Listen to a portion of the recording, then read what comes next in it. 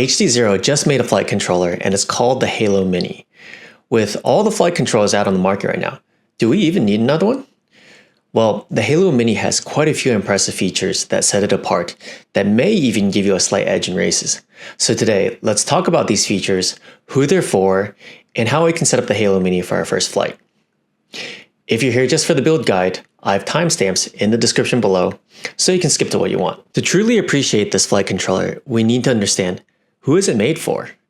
Well, just from looking at it, we can tell that a lot of racer feedback has gone into its design. There's LED pads on all four corners and an integrated diversity receiver.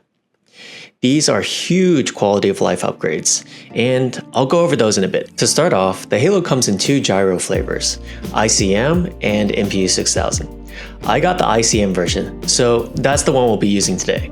The Halo is equipped with an H743 processor. Most of our current FCs use the F722 chip. The H743 represents a huge performance boost with more than double the processing speed and quadruple the flash, meaning it's future-proof and can support much more features as Betaflight grows.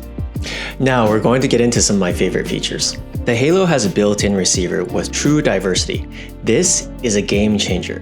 With our racing frames getting smaller and smaller, it's pretty hard to find a place to fit your receiver. But now it's on the board. You don't have to worry about it. You don't have to worry about soldering. You don't have to worry about where to hide it. I used to wedge my receiver behind the flight controller and the capacitor. Dealing with the wiring was inconvenient and it barely fit. With a diversity size receiver, it definitely would be a no-go. But somehow the geniuses at HDZero managed to pack a full Gemini receiver on board. One of the best features is the 4 LED pads on the corners of the FC.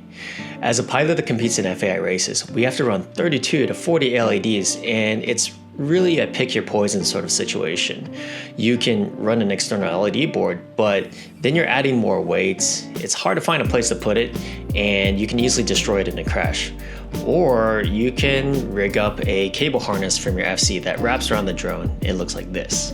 This is lighter, but runs a new risk. Since you're sharing the 5V rail from the FC, if you happen to hit something and short out the 5V, you'll fry your FC and fall out of the sky, pretty much ruining your race. HDZero has solved this by supplying individual LED pads powered on a separate BEC independent of the flight controller. This is a must-have for anybody who runs LEDs on the arms. You've worked so hard to make it to a race. Why not increase your odds?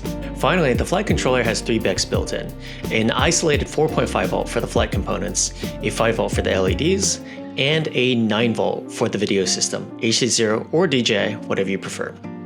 And the flight controller can take 8S input. Alright, enough talking about the specs, let's put this guy on a quad.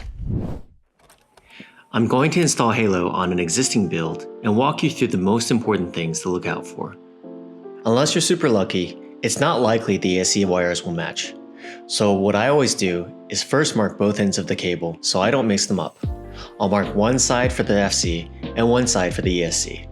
I'll depin the ESC side with tweezers. I just lift the plastic tab slightly while pulling on the cable I want to remove. Then I rewire the plug according to the labels on the ESC. Make sure you match the signals correctly or else you'll smoke your stack. Since the receiver is powered on when you plug in the USB, I recommend you always have antennas on just to be safe. I personally prefer to have both my antennas on the top plate, so I'm going to use a monopole for one of my antennas since my frame supports running it through. The onboard ELRS receiver is connected via UART, so you can flash it directly through the ELRS configurator or Wi-Fi. But if you're not on one of the latest versions, you might encounter the same problem I did. The HDZero target isn't selectable for versions less than 3.5.1. If you try to use an older version, you won't even be able to find it.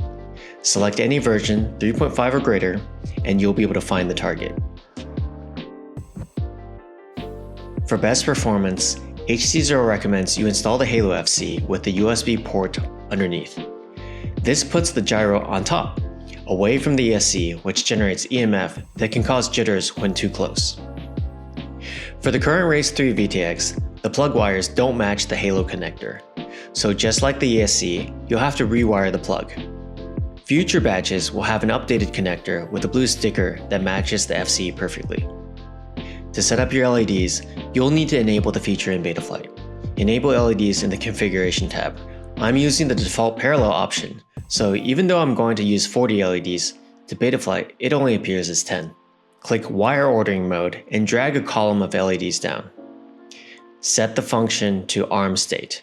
If you want to change colors from your controller, select a channel for your color modifier. On my controller, I have a knob on aux 6. Make sure both the disarmed and armed colors are the same. Click save and you're ready to go. Sexy B-roll time.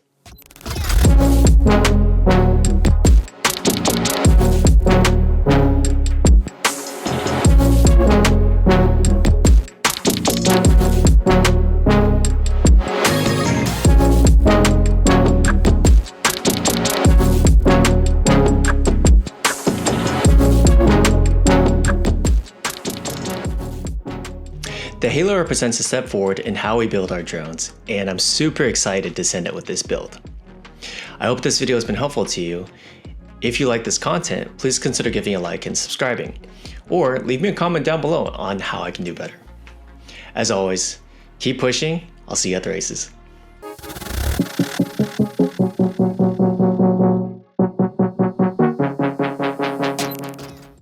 Blah blah blah blah. Oh, fuck.